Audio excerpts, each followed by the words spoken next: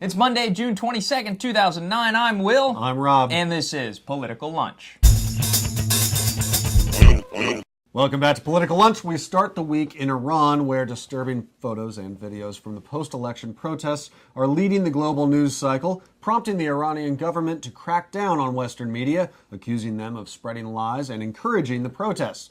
Now, one Iranian government spokesman noted that the Western media did not encourage voters in the U.S. to riot because they disagreed with the re-election of George W. Bush back in 2004. In Washington, President Obama's Republican critics have become increasingly agitated by what they saw as an inadequate response from the White House, although they backed off from that after the president said today that the Iranian regime should stop all violent and unjust actions against the protesters. In Iran, there is now significant evidence of voting irregularities, as the vote count in more than 50 cities exceeded the total number of registered voters.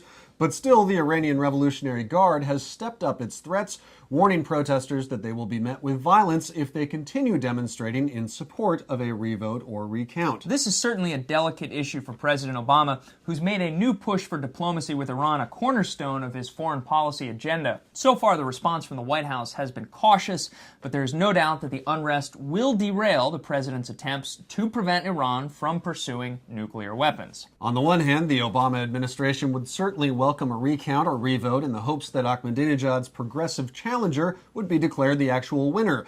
But since that's such an unlikely prospect, Obama risks negotiating positions by coming out too strongly on the side of the protesters. One last interesting note on this story. Congress overwhelmingly passed a resolution on Friday condemning the Iranian government's crackdown on protesters. Only one member of Congress dissented. Representative Ron Paul voted against the resolution, saying that he's, quote, always very cautious of condemning the actions of governments overseas, and that, in his opinion, we know very little beyond limited press reports about the real situation in Iran. To domestic politics now, and the elephant in the room that everyone in Washington is suddenly eager to talk about. That's the issue of health care reform. Over the weekend, Dianne Feinstein, who is of course a Democrat, said that President Obama may not have the votes to pass his health care overhaul plan if it includes a provision for the somewhat controversial government-run health insurance program. At the same time, however, the New York Times was reporting that public support for a government-run health insurance program is overwhelming, and perhaps even more surprising, that most Americans are willing to pay higher taxes to fund that government program, and that they think the government can do a better job than the private sector when it comes to holding down the cost of health care. Indeed, and just to make some things more complicated, well, there's a third take on that issue today from ABC's Rick Klein, who is already suggesting that as Congress begins the first full week dedicated to health care reform debate, the most likely outcome is, well, in fact, no outcome at all. First, to the dissenters, as Rob reported last week, some Democrats in Congress have been skeptical of taking responsibility for a new program with a price tag that could reach well into the trillions of dollars.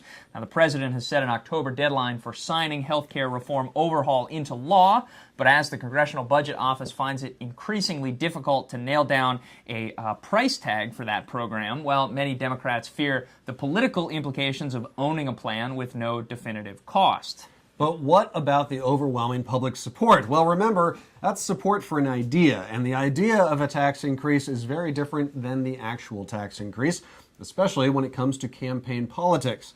And what's more, the poll found that few people had actually been following the health care reform debate, and those who have been were much less likely to endorse the public insurance option. Finally today, an update on another story that Rob covered last week, the admission by Nevada Senator John Ensign that he'd had an 8-month affair with one of his staffers. Now, we speculated that he was clearing the air in advance for a run for president, which may still be the case, but it turns out he was also being blackmailed by his former mistress's husband, who was apparently demanding cash in exchange for his silence on the affair. And we'll leave it there today. Thanks for watching Political Lunch. We have another great week ahead. We'll see you right back here on Wednesday.